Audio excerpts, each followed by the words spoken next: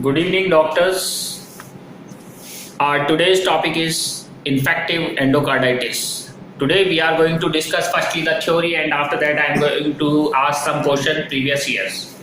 Okay, let's start. What is infective endocarditis? Itis here definition include inflammation. Inflammation. It's an inflammation of endocardial layer. It's an inflammation of the endocardial layer of heart. As we know, in heart includes three layers: endocardium, myocardium, and pericardium. The innermost layer is endocardium. Innermost layer is endocarditis, and it includes the valves also. So first one, we have to know about the classification. Definition: as we know, the infection of endocardium layer and the inflammation of the endocardium is known as infective endocarditis. Very high yield topic. One question, at least one question in any exam. Without this topic, there is a no question paper. Okay. First is subacute. Subacute one. In subacute, the most common cause is beta hemolyticus, streptococcus. This is the infection, beta hemolyticus streptococci. But in case of acute endocarditis, the most common agent is Staph aureus. Staph full form is Staphylococcus aureus. Okay. In IV drug users also, those who are taking drugs by a vein, they includes Streptococcus epidermidis infection. No. In IV drug users also there is an infection, but not dermidis. Staph dermidis include in epidermidis in valve transplant, artificial valve transplant like prosthetic valve transplant. Artificial valve, metallic valves. The here Streptococcus epidermidis, this infection. So many times they repeatedly ask such questions. As we know, endocarditis may be risk factors includes, like I already told, IV drug users, valve transplant, maybe bacterial infection, sometime viral also. These are the risk factors. So now we are going to discuss about the pathophysiology. Pathophysiology, we are going to start in this way. Bacteremia. Bacteremia means bacteria in a blood, the infection inside a blood. Then it goes the further and it grows and vegetations occur. Where? In the wall of endocardium, in endocardial layer, which affects the valve, and calcification, thrombus formation, and this thrombus travel and it causes the embolism when it is stuck in pulmonary artery. If the tricuspid valve involved, TB includes the tricuspid valve. If the tricuspid valve involved, then it's drained into pulmonary valve, and in a lung it stuck like thrombus travel and is stuck. In my lecture pulmonary embolism, I already explained this. So watch that lecture also, and it causes the pulmonary embolism. But if this thrombus travel through aorta, when it is stuck in a brain, it causes stroke or infarct. In spleen, it causes splenomegaly and spleen infarction. And in liver, also it can stuck. So many things I explain you about the pathophysiology, how it affects and where. it affects. Why? If sometimes the infection goes through the tricuspid valve, then tricuspid valve it enters into the right ventricle, then in right ventricle through it enters into the pulmonary valve, and pulmonary valve it enters into the pulmonary arteries, and then in lungs, and that thrombus, which I already told in pathophysiology. My dear friend, this is the pathophysiology. If in case of like aortic valve, from the mitral valve it affects, it goes into the aortic valve, and then aorta to the upper extremities, maybe in a brain, it causes infarct very easily if thrombus travels. So till here I hope everything is clear, there is no difficulty. So many questions they repeatedly like to ask from this way. Okay, now we are going to know about how to diagnose and what kind of symptoms. Firstly, we are going to discuss about the symptoms and signs. Here pathophysiology, I am going to remove signs and symptoms. Very easy way to remember signs and symptoms. So many times they repeatedly ask such questions, because in signs and symptoms they include, like signs includes fever. Why fever? Because here is the infection, that's why fever. High body temperature more than 38 degrees Celsius. Yeah, my dear friends. Weight loss also sometimes, nausea and weight loss, chills, leukocytosis, the TLC counts increases and it causes the leukocytosis. Why? Because there is an infection and it's a marker of infection in a blood. That's why. And peripheral vascular sphincter hemorrhage also sometimes occurs in spleen, splenomegaly, it causes splenic infarct, it causes peripheral vascular sphincter hemorrhage. And ossular nodes, I am going to tell you ossular nodes. Why ossular nodes? Ossular nodes, like I explained you, this is the finger, here is a nail, and but here is it the reddish color. The reddish color like this way, fingers like this. These are the ossular nodes. Like why these are the ossular nodes happen? Because there is a hemorrhage, embolus in the periphery, like in hands or in a feet. Such things will happen. Okay, my dear friends. Then another cause also, there must be sometimes there is Lippmann-Sack endocarditis. I am going to tell you Lippmann-Sack endocarditis is a different type of endocarditis, which is not a bacterial or any infectious cause, that must be seen in SLE, systemic lupus erythematosus. And here we can see Janvey lesions also. Janvey lesions. Why? Janvey lesions represent the late sign of infective endocarditis. See here the finger. This is our finger, and we see such type of lesion like this, a dark lesion seen in late endocarditis, Janvey lesions. So my dear friends, and Roth spots, retinal hemorrhage. Roth spots, if it's our retina and there is a hemorrhage between this white and reddish, it's known as Roth spot. These are the signs and symptoms, my dear friends, so try to be understand. And signs symptoms, one other also, you may see here decrease the cardiac output. Why cardiac output decreases? Because there is the vegetation involved, heart is not working properly, and finally it goes in a heart failure. What is the most common complication of an infective endocarditis? It's heart failure. Why there is a heart failure? Because the thrombus travel through, and when there is a vegetation in the wall. Okay, let's recall. When it goes in a aortic valve, there is a cavitation, calcification of a valve, and it causes the heart failure and decreases the cardiac output, because valves are not working properly. How to diagnose? We are going to diagnose DX. I am going to write diagnosis. We are going to diagnose by echocardiography also, but we need to see a Duke's criteria. Duke's criteria. It includes some specific criteria. Here the there are 3 major criteria included in Duke's classification and 5 minor. I will explain you how we are going to put endocarditis diagnosis. If there is a 2 major present, it's sufficient to diagnose it's an infective endocarditis. If 1 major and 3 minor, it includes Infective endocarditis diagnosis according to Duke's classification, and when there is a 5 minor criteria, they together goes to combine and form infective endocarditis diagnosis. So firstly we are going to know what was the first one major criteria.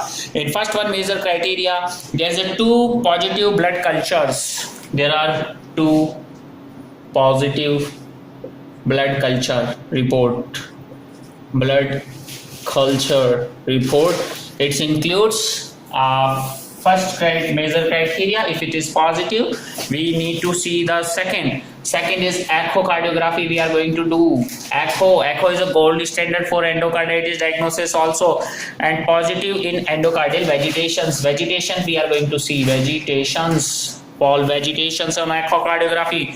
And murmur, third one is murmurs, a new murmur scenes on infective endocarditis, my dear friends. So if any of the 2 must be present, a new murmur present, if there is a positive 2 blood cultures for infection, that it represent the diagnosis of infective endocarditis, or maybe echo vegetations. Any 2, if only 1 is present, if only 1 or maybe sometimes 3 all are absent, then we can see the minor criteria also.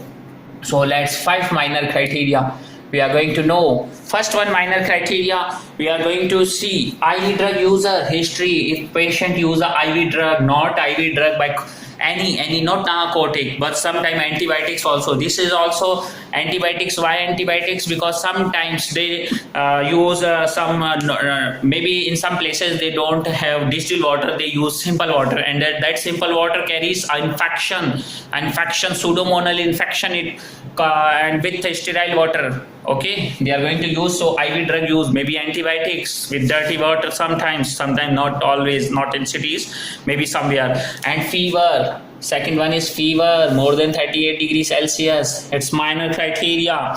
Embolism, if patient has the embolism, if patient has immunoglobulin like glomerulonephritis, such diseases, and Roth spots or rheumatic for rheumatoid factors, if it is positive. So these are the minor criteria. If 5 minor criteria present, then it represents infective endocarditis. So my dear friends, I hope you remember the Duke's classification. First, if there is a 2 positive blood cultures, positive, or echo vegetations were there, definitely it's an infective endocarditis. If these 2 absent or any 1 is present, then we need to check at least 3 minor criteria we need to find. Okay, then diagnosis. If all these 3 is absent but all 5 are present, like IV drug users, fever more than 38, embolism, immunoglobulin, glomerulonephritis, Roth spots, and like rheumatoid factor. If these are the positive, then it includes the criteria of infective endocarditis. So we know how to diagnose. It's a very easy way. But now we are going for treatment. Treat the cause. And here the cause is infection, my dear friends. Infection. So how we are going to treat infection? By antibiotics. So here antibiotics we are going to use. Antibiotics. Why antibiotics? Which antibiotics? Like penicillin, like cephalosporin generation, like amoxicillin we are going to use here. Why? Because the infection by streptococci, by staph aureus. So my dear friends, I hope this is a very interesting lecture for you, and I try my best to explain so many things. Sometime we are going to use low molecular weight heparin or comodine, comodine, low molecular weight heparin. By heparin, because there is sometimes thrombus formation due to vegetations and clot formation. I already explained in pathophysiology. I hope this topic is clear for you. So let's discuss some questions and MCQ about this, and that will help you much. So my question starts. In COMET exam 2012, a 27-year-old male develops a high-grade fever, my dear friend, high grade. If patient present fever, high grade, 1 minor criteria with chills, okay. Heart murmur, it's a major criteria. 1 major criteria included here the on cardiac auscultation, and evidence of splenomegaly, and there is a evidence of splenomegaly, yeah, due to infection sometimes splenomegaly. Splenomegaly, my dear friends. And there's a sphincter hemorrhage in the nail. So sphincter hemorrhage includes the ossular nodes, which I already explained you. Yeah. So here the criteria match. So my question starts. Okay, options are malaria. First one option is subacute bacterial endocarditis. Second one is malaria. Third one is kala-azar. And D is DIC, disseminated intravascular coagulopathy. My question goes to Dr. Madan. Answer? A. Yes, he is right, because I already explained these criteria are matching, very easy. It's endocarditis, it's infective endocarditis, subacute bacterial endocarditis. Okay, then next I'm going to read. A 27-year-old male develop high-grade fever. Okay, question is same, but options are different. Question, they same criteria. Murmur he had, fever he had. Now we know the diagnosis. This question is infective endocarditis. They like to ask how to treat. Is also in 2012 comment examination. Very high yield topic. Okay, option A is anticoagulants. Option B is antibiotics. Option C is valve replacement. Option D is anti-inflammatory. My question goes to Mohan. B. Yes, he is right. No doubt here. Antibiotics, because here the question topic is infective endocarditis, and here the question also same clinical. Okay. Same in Comet 2012, they again asked this question. Okay, same question, but options different. The patient likely to show here in this condition, infective endocarditis. Same question which I put condition like murmur he had, high grade fever he had, splenomegaly he had, sphincter hemorrhage he has, but the patient likely to show what he like to show. Option A is mycotic aneurysm, B is arthritis, C is leukopenia, and D is berry aneurysm. My question goes to Lal. A. Yeah, he is right. Mycotic aneurysm, no doubt. Okay. Then another question. A female, 40 years in AIMS, May 2012, my dear friend. This question, please pay attention and listen carefully. A female, 40 year female presenting with intolerance of cold, constipation and hoarseness of voice, was found to have cardiomegaly, chest retinogram. Which of the following investigation is best determine the cause of her cardiomegaly? Patients suffer with cardiomegaly. So many conditions a patient suffer from cardiomegaly. So now here options are they ask the best investigation in case of cardiomegaly. Investigation, listen carefully. Question, options. A1 is coronary angiography, B is left ventricular angiography, C is right ventricular angiography, and D is echocardiography. My question goes to Dr. Sandhya. D. Yeah, she is absolutely right here. Echocardiography is the best one. Echo is the best one investigation for cardiomegaly, because we don't know what was the cause. If you want to know the cause, yes, echo is a good, because we can see the walls, we can see the ejection fraction and everything. So echo is the best gold standard diagnosis, my dear friends. They ask only very simple and easy questions in examination.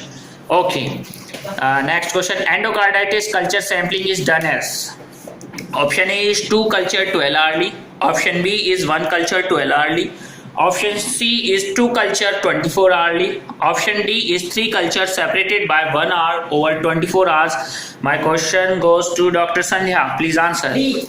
Yeah, she is absolutely right. 3 cultures separated by 1 hour over 24 hours. Okay. Which of the following is least likely to be associated with infective endocarditis? My dear friends, listen carefully. So many times, so many examinations, this question maybe more than 20 times they ask in different exams. So listen carefully. Least likely which cause the infective endocarditis? Option A is small ASD. ASD is atrial septal defect. Option B is small VSD, ventricular septal defect.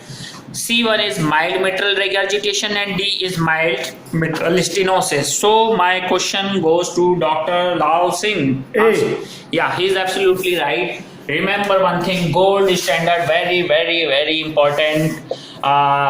ASD, atrial septal defect, is preventive for infective endocarditis. It's least common we see in case of atrial septal. If person is suffering from atrial septal defect, we see a less chance of infective endocarditis. Okay, my dear friends, remember this question they ask more than 10 times in different exams. So remember this question. Remember. Okay, my next question. Okay. In November 2001, a patient of rheumatic heart disease with fever and mitral valve vegetations due to infective endocarditis. Listen carefully. Rheumatic heart disease, RHD, rheumatic heart disease, a patient suffered from with fever. He has a fever, temperature high, valve vegetation, mitral valve vegetations. So my dear friends, due to infective endocarditis, he is suffering from infective endocarditis. And the vegetation usually do not embolize. So vegetation not goes to where? Okay, this is a logical question and we need to solve this question by logically. Okay, A option is brain, B option is lung, C option is liver, and D one is spleen. My question goes to Dr. MLA. B. This time, which one? B. Yeah, he is correct. This time he is correct. Lungs. Why not lungs? Because rheumatic heart disease, my dear friends, we know which valve is most commonly involved. It's tricuspid valve. But here and mitral valve, they told vegetation due to infective endocarditis do not embolize. Answer is lungs. That's absolutely right. Okay, vegetation on undersurface of AV valves are found in atrioventricular valve vegetation found in. Option A is acute rheumatic carditis. B is Liebman-Sack endocarditis. I already explained Liebman-Sack endocarditis is SLE. We see in SLE. And C1 is non-thrombotic bacterial endocarditis. D1 is chronic rheumatic carditis. My question goes to Madan. Answer. B. Yeah, he's right. It's Liebman-Sack endocarditis. Okay. Another question goes, in a patient of heart disease, antibiotic prophylaxis for dental extraction is option A is amoxicillin, B is imipenem, C is gentamicin, D is erythromycin. My question goes to Lalchan, doctor. A. Yeah, he's absolutely right. Amoxicillin, I already explained earlier. Okay, bacterial endocarditis is the most commonly caused by option A is Hemolyticus alpha hemolyticus streptococci, B is beta hemolyticus streptococci, C is Staphylococcus epidermidis, and D1 is Staph aureus. My question goes to Dr. Sandhya. D. Yeah, she is absolutely right. Staph aureus is the most common cause. This is the acute cause of endocarditis. Acute, how we remember Staph aureus in acute? Yeah, aureus starts from A and acute starts from A. So no doubt AA acute. AA means acute. AA acute. And subacute is beta hemolyticus sub B, and B beta, that means subacute. Okay, IV drug users, and you need to remember such things. Okay, oscillatory nodes are typically seen in which one of the following? A option is chronic candida endocarditis, B is acute staphylococcal endocarditis, C is pseudomonal endocarditis, D is Liebman-Sack endocarditis. My question goes to Madan. Answer. B. Yeah, he's right. Acute staphylococcus endocarditis is the right answer, my dear friends. Okay, very important question. Listen carefully. A patient has prosthetic valve replacement and he develops endocarditis 8 months later. I already explained prosthetic valve transplant. Yeah, clear, I hope. So, options A is Staph aureus, B is Streptococcus viridans, and D is Campylobacter, C is Campylobacter, D is Staphylococcus epidermidis. My question goes to Dr. Sandhya. D. Yeah, she is right. Staphylococcus epidermidis, I already explained, it's a hot type. Okay, last question and final question from this topic. Okay, my dear friends, this is very logical question and I like to ask by all. Question is, bacterial endocarditis is rarely seen in option A is VSD, option B is PDA, option C is mitral valve prolapse, Option D is Ostium secundum ASD. Bacterial endocarditis rarely seen in. My question goes to Lalchan, Dr. A. Lalchan. He thinks A is small, B as D. He thinks so. Okay, my question goes to Dr. MLA. Answer please. B. B means PDA. He thinks. My question goes to Dr. Sandhya. Answer please. D. Yeah, she is right. She is absolutely right. She is not sleeping in a lecture. I already explained. Please remember, this is a ASD. ASD, my dear friends. This is a ASD, and she is brilliantly answering. She is great. Okay. So that's all, my dear friends. You see by very well such questions they ask in questions. No difficulty in this topic. So please try to remember and focus on it. And this topic will help you. And if you have any comments and any suggestion, please put comments on my video. If you like my video, please subscribe my channel and put like on it. And if you want to study any topic, you can ask me. I am ready to teach you. That's all, my dear friends. Have a good day and good night. Goodbye. Thank you.